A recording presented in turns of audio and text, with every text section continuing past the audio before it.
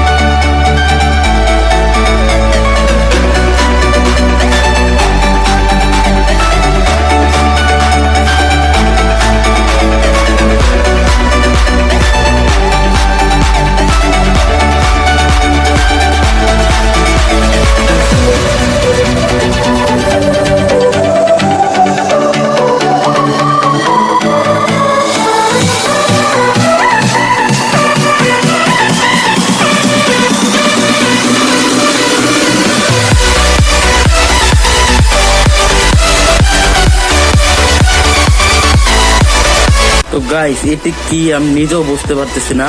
আপনারা জানলে কমেন্ট করে জানাতে পারেন এটি কি। তো এরকম নতুন নতুন ভিডিও পেতে আমার চ্যানেলটি সাবস্ক্রাইব করে রাখুন।